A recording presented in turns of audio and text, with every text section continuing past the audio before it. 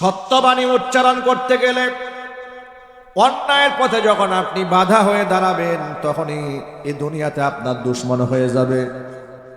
তবে ওই দুশ্মনী দেখে ভয় পাওয়ার কোনো কারণ নাই। কোরআন মাজিদ আল্লাহ রাব্বুল আমিন বলেছেন, ওয়াসবির আলা মা আসাবাক। লুকমান আলাইহিস সালাতু ওয়াসসালামের বক্তব্যকে আল্লাহ সূরা লুকমানে নকল করে বলেছেন। তিনি তার সন্তানকে বলেছেন, ইয়া বুনাইয়া আকিমিস সালাতা, ও বৎস তুমি নামাজ কায়েম করো, ওয়া'মুর বিল মারুফ, মানুষদেরকে সৎ কাজের আদেশ করো, ওয়ানহা আনিল মুনকার, অসৎ কাজ থেকে তুমি বাধা প্রদান করবে, নিষেধ করবে, ওয়াসবির আলা মা আসাবাক, বিপদ আসলে তুমি ধৈর্য ধারণ করবে। সৎ কাজের আদেশ দিলে বিপদ আসে না, কিন্তু অসৎ কাজ থেকে নিষেধ করলে বিপদ আসে। কথা ঠিক নেবে ঠিক বলেন? আপনাদেরকে সহজে বোঝাবার জন্য বলি, তাবলিগ জামাত, সেখানে গোটা দুনিয়াব্যাপী তারা কাজ করেন, একটা মাকবুল জামাত। আল্লাহ পাক এই জামাতকে কিয়ামত পর্যন্ত কবুল করেন। এটা হচ্ছে ইসলামের প্রাইমারি লেভেল। কি লেভেল? প্রাথমিক শিক্ষা। আপনি ওযু জানেন না, কালিমা জানেন না, আল্লাহ চেনেন না, ফরজ ওয়াজিব সুন্নত জানেন না, আপনি ক্লাস 5 পর্যন্ত এটা সিলেবাস, প্রাইমারি লেভেল। এখানে ইসবাতি পাহালতে দাওয়াত দেওয়া হয়, কিন্তু কোনো অন্যায় রুখে দাঁড়ানো, বাধা হয়ে দাঁড়ানো, এই শিক্ষা এখানে দেওয়া হয় না। যদিও পরবর্তীতে এর ইসলামের তাবলিগের মূল নীতি থেকে তারা অনেকে সরে আসার কারণে তারা এখনো মিছিলও করে, তারা এখনো মানববন্ধনও করে, রাজপথে তারা এখন ঝাঁপিয়েও পড়ে। কথা ঠিক না ঠিক? কারণ তারা তো মূল ধারা থেকে দূরে সরে এসছে, সেটা ভিন্ন কথা। যার দরুন তাবলিগ, সেখানে দেখবেন সব শ্রেণী পেশার মানুষেরা সেখানে যাচ্ছে। যেহেতু প্রাইমারি লেভেল, গবেষণা লেভেলটা এখানে নাই, সেখানে দেখবেন সমাজের সবার কাছেই তারা ভালো। ঠিক না ভাই? এরা আমেরিকাতে দাওয়াতে যায়, কোনো অসুবিধা নাই, ব্রিটেনে যায় তাতেও সমস্যা নাই, ইউরোপে যায় তাতেও সমস্যা নাই, কোথাও সমস্যা নাই। পক্ষান্তরে যারা সত্যপথের পথিক, যারা সত্যবাণী উচ্চারণ করে, তারা বিদেশ যাবে দূরের কথা, দেশেও ভালো করে ওয়াজের কথা বলতে পারবে না। স্টেজে ওঠার পরে এখন আর কেউ স্লিপ দেয় না, হুজুর ওয়াজের লাইনটা আরেকদিকে ঘুরাই দেন।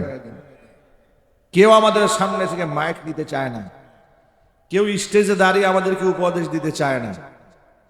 এতটুকু স্বাধীনভাবে কথা বলার পরিবেশ যে আল্লাহ পাক দিলেন, আপনারা কি খুশি না বেজার?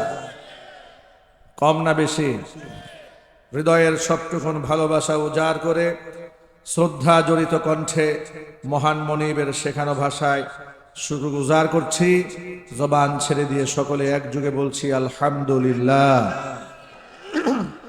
রব্বানা লাকাল হামদ হামদান কাসীরা তাইয়িবান মুবারাকান ফীহি ইয়া রাব্বি লাকাল হামদু কামা ইয়ানবাগি লিজালালি ওয়াজহিকা ওয়া আযীমি সুলতানিকা। আল্লাহ রাব্বুল আলামিন আজকের ওয়াজ মাহফিলকে কবুল করুন। খাদিজাতুল কুবরা রাদিয়াল্লাহু তাআলা আনহা বালিকা মাদ্রাসাকে আল্লাহ তাআলা কিয়ামত পর্যন্ত কবুল করুন। মাদ্রাসার সমস্ত হাজাত আল্লাহ তাআলা তার গায়বে খাজানা থেকে মিটিয়ে দিন। অক্লান্ত পরিশ্রম করে এই জান্নাতের বাগান যারা সাজিয়েছেন, দূরদারাজ থেকে শোনার জন্য যারা এসেছেন, আজকের মাহফিলের ওসিলা করে আল্লাহ তাআলা সকলকে পরিপূর্ণ হেদায়েত নসিব করেন। কাল কিয়ামতের কঠিন ময়দানে এই আয়োজন আল্লাহ তাআলা আমাদের সকলের নাজাতের জরিয়া হিসেবে কবুল করেন। ভাইরা, ইসলামকে বুঝতে হলে, ইসলামকে মানতে হলে, আল্লাহর সন্তুষ্টি অর্জন করতে হলে নিজেকে সর্বোচ্চ বিনয়ের সাথে রবের সমস্ত আহকামাতের সামনে পেশ করতে হবে। কোনো প্রকার যুক্তি এবং তর্কের ধার না ধারে সরাসরি আল্লাহর হুকুমের সামনে নিজেকে অত্যন্ত বিনয়ের সাথে, একেবারে ক্ষুদ্র আল্লাহর এক সৃষ্টি হিসেবে যদি আমরা তুলে ধরতে পারি, আর আল্লাহর বিধানগুলোর সামনে কোনো প্রকার যুক্তি তর্কের কাছে না গিয়ে আমার আল্লাহ বলেছেন, আমার রসুল বলেছেন, সামি'না ওয়া আতা'না, শুধু শুনলাম আর মানলাম। এতটুকু আনুগত্যের মস্তক যদি আমরা নত করতে পারি, তাহলে আমরা সফলতা অর্জন করতে পারব। কিন্তু আফসোস, বর্তমান সমাজ ব্যবস্থা এমন হয়েছে, আলেম ওলামারা ফতোয়া বলুক কিংবা ইসলামিক কালচারালে কথাবার্তা বলুক, তার আগে বিবেচনা করে কোনটা আমার পছন্দ হয়। যেটা পছন্দ হবে সেটা মানব, যেটা পছন্দ হবে না সেটা আমরা মানব না। যদি আমার পছন্দের উপর মানা না মানাটা নির্ধারিত হয়, তাহলে কি আমি আল্লাহর গোলাম হতে পারলাম? আমি তো আমার নফসের তাবিদারি করলাম, নফসের গোলাম করলাম, ঠিক কিনা বলেন? সাহাবায়ে কেরাম রাদিয়াল্লাহু তাআলা আনহুম আজমাইন, তারা যখনই কোরআনে কারীমের কোনো আয়াত শুনতেন, হাদিসের কোনো কথা শুনতেন, সাথে সাথে কোনো প্রকার যুক্তির কাছে না গিয়ে সে বিধানের সামনে মাথা নত করে দিতেন। এটা পছন্দ হোক কিংবা না হোক, চিৎকার দিয়ে এখন সুবহানাল্লাহ। উদাহরণস্বরূপ বলি, ওমর রাদিয়াল্লাহু তাআলা আনহু একজন জালিলুল কদর সাহাবী শুধু নন, তিনি মুসলমানদের খলিফা, আমিরুল মুমিনিন, খলিফাতুল মুসলিমিন হযরত ওমর। আল্লাহ পাক তাকে শারঈ মেজাজ দান করেছিলেন। তিনি খুব গরম মেজাজের ছিলেন, তবে সেই গরমটা দূষণীয় গরম নয়। অন্যায় দেখলে তিনি মারাত্মক ক্ষোভে ফেটে পড়তেন। হকের ব্যাপারে এতটাই আপোষহীন ছিলেন, সত্যবাণী উচ্চারণে এতটাই আপোষহীন এবং অকুতভয় ছিলেন তিনি বলেছেন, এই পৃথিবীতে সত্য কথা বলতে বলতে দুনিয়াতে আমার কোনো বন্ধু ছিল না, সব মানুষ আমার শত্রুতে পরিণত হয়েছে। যার দরুন তার উপাধি দেওয়া হয়েছে আল ফারুক, আল ফারিকু বাইনাল হাক্কি ওয়াল বাতিল, সত্য এবং মিথ্যার মাঝখানে যিনি পার্থক্য সূচিত করে দেন। একটা মৌলিক কথা সবসময় মনে রাখবেন, যে আলেম সব সময় মিষ্টি কথা বলে পৃথিবীতে তার শত্রু হয় না, কিন্তু যে আলেম অন্যায়ের পথে বাধা দেয় তার পদে পদে শত্রু হয়ে দাঁড়ায়। কথা ঠিক নেবে ঠিক বলে? গত 16 বছরে রাম এবং বামের রাজত্ব চলেছে বাংলাদেশে। তাদের কাছে সব আলেম খারাপ ছিল না। যে আলেমরা তাদের অপকর্মে বাধা হয়ে দাঁড়িয়েছে, তাদেরকে তারা মৌলবাদ ট্যাগ দিয়েছে, তাদেরকে রাজাকার বানিয়েছে, আল বদর বানিয়েছে, আল শামস বানিয়েছে, উগ্রবাদী বানিয়েছে। কথা ঠিক নেবে ঠিক? আবার তাদের কাছে কিছু আলেম ওলামা ছিল খুব আধ্যাত্মিক আলেম ওলামা, এমন আধ্যাত্মিক যে শত শত আলেম হত্যা করতেছে, তাকে বলতেছে আপনি তো একদম জান্নাতি মহিলা। শত শত আলেম জেলখানায় আটকায় রাখছে, স্টেজে উঠে দাঁড়িয়ে বলতেছে আপনি জান্নাতি নারী। শত আলেমের নামে মিথ্যা মামলা আছে, হাজার হাজার মানুষের সামনে কিছু আলেম দাঁড়িয়ে বলল আপনি তো কওমি জননী। যারা এগুলা বলতে পেরেছে তারা ছিল তাদের কাছে আধ্যাত্মিক হুজুর।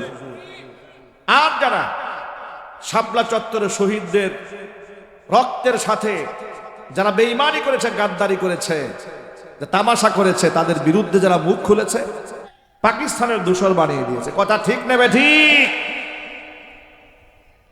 ভাইরা আমার, সত্যবাণী উচ্চারণ করতে গেলে অন্যায়ের পথে যখন আপনি বাধা হয়ে দাঁড়াবেন, তখনই এই দুনিয়াতে আপনার দুশ্মন হয়ে যাবে। তবে ওই দুশ্মনী দেখে ভয় পাওয়ার কোনো কারণ নাই।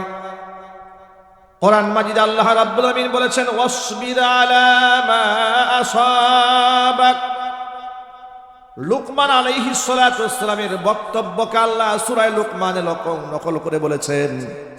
তিনি তার সন্তানকে বলেছেন, ইয়া বুনাইয়া আকিমিস সালাতা, ও বৎস তুমি নামাজ কায়েম করো, ওয়া'মুর বিল মারুফ, মানুষদেরকে সৎ কাজের আদেশ করো, ওয়ানহা আনিল মুনকার, অসৎ কাজ থেকে তুমি বাধা প্রদান করবে, নিষেধ করবে, ওয়াসবির আলা মা আসাবাক, বিপদ আসলে তুমি ধৈর্য ধারণ করবে। সৎ কাজের আদেশ দিলে বিপদ আসে না, কিন্তু অসৎ কাজ থেকে নিষেধ করলে বিপদ আসে। কথা ঠিক নেবে ঠিক বলেন? আপনাদেরকে সহজে বোঝাবার জন্য বলি, তাবলিগ জামাত, সেখানে গোটা দুনিয়াব্যাপী তারা কাজ করেন, একটা মাকবুল জামাত। আল্লাহ পাক এই জামাতকে কিয়ামত পর্যন্ত কবুল করেন। এটা হচ্ছে ইসলামের প্রাইমারি লেভেল। কি লেভেল?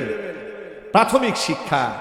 আপনি ওযু জানেন না, কালিমা জানেন না, আল্লাহ চেনেন না, ফরজ ওয়াজিব সুন্নত জানেন না, আপনি ক্লাস 5 পর্যন্ত এটা সিলেবাস, প্রাইমারি লেভেল। এখানে ইসবাতি পাহালতে দাওয়াত দেওয়া হয়, কিন্তু কোনো অন্যায় রুখে দাঁড়ানো, বাধা হয়ে দাঁড়ানো এই শিক্ষা এখানে দেওয়া হয় না। যদিও পরবর্তীতে এর ইসলামের তাবলিগের মূল নীতি থেকে তারা অনেকে সরে আসার কারণে তারা এখনো মিছিলও করে, তারা এখনো মানববন্ধনও করে, রাজপথে তারা এখন ঝাঁপিয়েও পড়ে। কথা ঠিক না ঠিক? কারণ তারা তো মূল ধারা থেকে দূরে সরে এসছে, সেটা ভিন্ন কথা। যার দরুন তাবলিগ, সেখানে দেখবেন সব শ্রেণী পেশার মানুষেরা সেখানে যাচ্ছে, যেহেতু প্রাইমারি লেভেল, গবেষণা লেভেলটা এখানে নাই, সেখানে দেখবেন সমাজের সবার কাছেই তারা ভালো। ঠিক না ভাই? এরা আমেরিকাতে দাওয়াতে যায়, কোনো অসুবিধা নাই, ব্রিটেনে যায় তাতেও সমস্যা নাই, ইউরোপে যায় তাতেও সমস্যা নাই, কোথাও সমস্যা নাই। পক্ষান্তরে যারা সত্যপথের পথিক, যারা সত্যবাণী উচ্চারণ করে, তারা বিদেশ যাবে দূরের কথা, দেশেও ভালো করে ওয়াজের কথা বলতে পারবে না। কথা বলে না কেন?